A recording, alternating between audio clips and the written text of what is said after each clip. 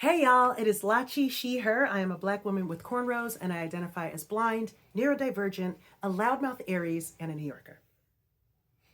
What does being mad different mean to you? Mad different to me means taking, accepting, and celebrating the most different parts of yourself, the deepest parts of yourself society encourages you to hide or may make you believe are limiting. And to recognize that all those different parts of your identity make up the unique, beautiful person that is you. Whether it is your blackness, your brownness, your girlness, your queerness, your disability, all of those parts of you are what make you shine. And the fact that you kind of have to overcompensate or navigate and be innovative and be adaptable and be resilient, that is what makes you the strong, dope you that you are. And so I'm here to celebrate my mad difference, not to hide it, but to honor it. What was your most memorable moment during the production of this project?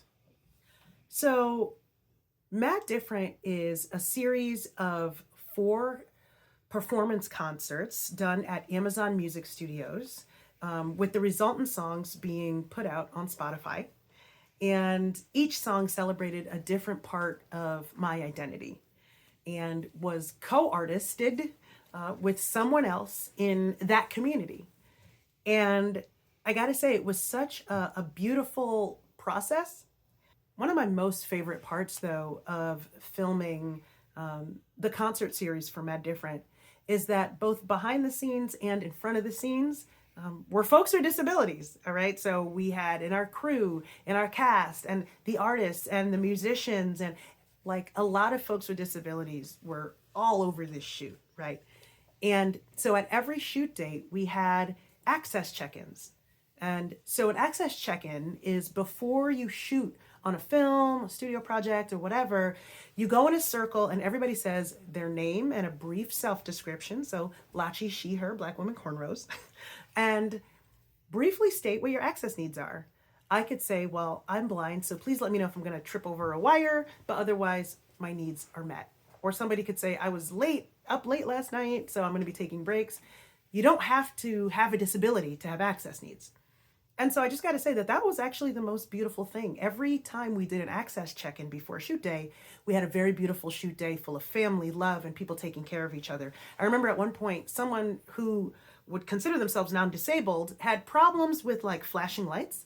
And at one point, the fire alarm went off and there were flashing lights. And so somebody covered that light like with a jacket for them and without even asking. It's like, hey, I just covered this up. Are you good? And they were like, yes, thank you so much. That was really bugging me.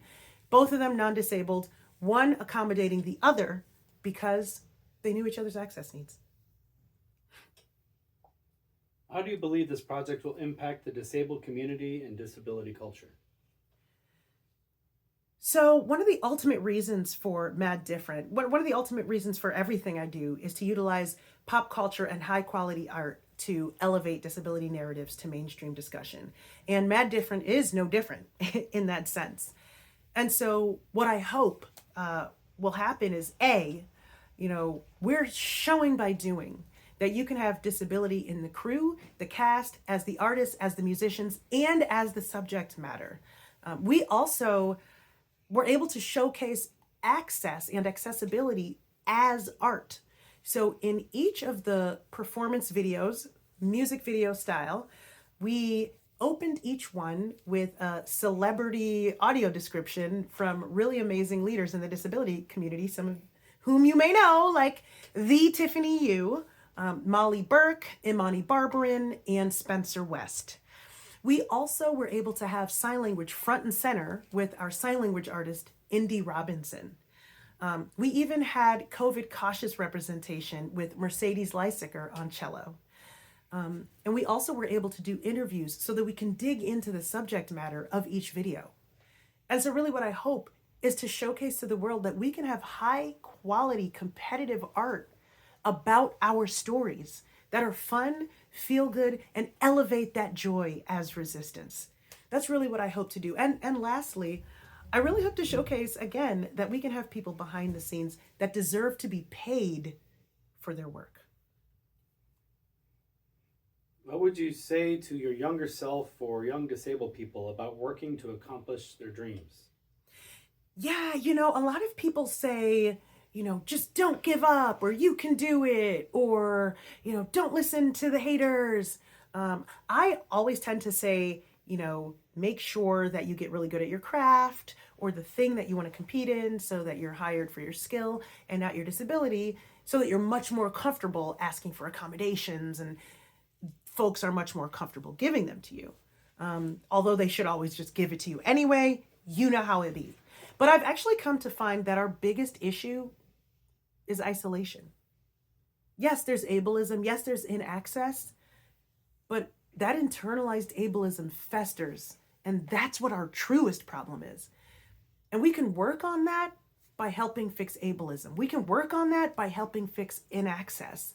But if you want to work on yourself so that you can fight that isolation, it's to find and build community. So that would probably be the first thing I tell young disabled people. Find and build community. Find somebody you can talk and laugh with about all parts of your life, that you feel comfortable talking about your wins and woes with. That's how this starts. Build your disability community. Please share anything else you want about Mad Different, upcoming projects, or your advocacy in the disability community. Well, with everything we do, we are using pop culture and high quality art to elevate disability discussion, right? Whether it's through music, storytelling, fashion, and advocacy. In music, it is creating our high quality art, our high quality music videos. It is working with the Recording Academy to make the Grammys accessible. It is working with household names to make songs that chart on the radio. Through our storytelling, it is partnering with brands to do high quality activations and accessibility ads, or hosting a PBS series about disabled heroes called Renegades, which you should go check out on pbs.com. Or it is touring the world globally and speaking to folks like Amazon and Google and the United Nations about disability and accessibility.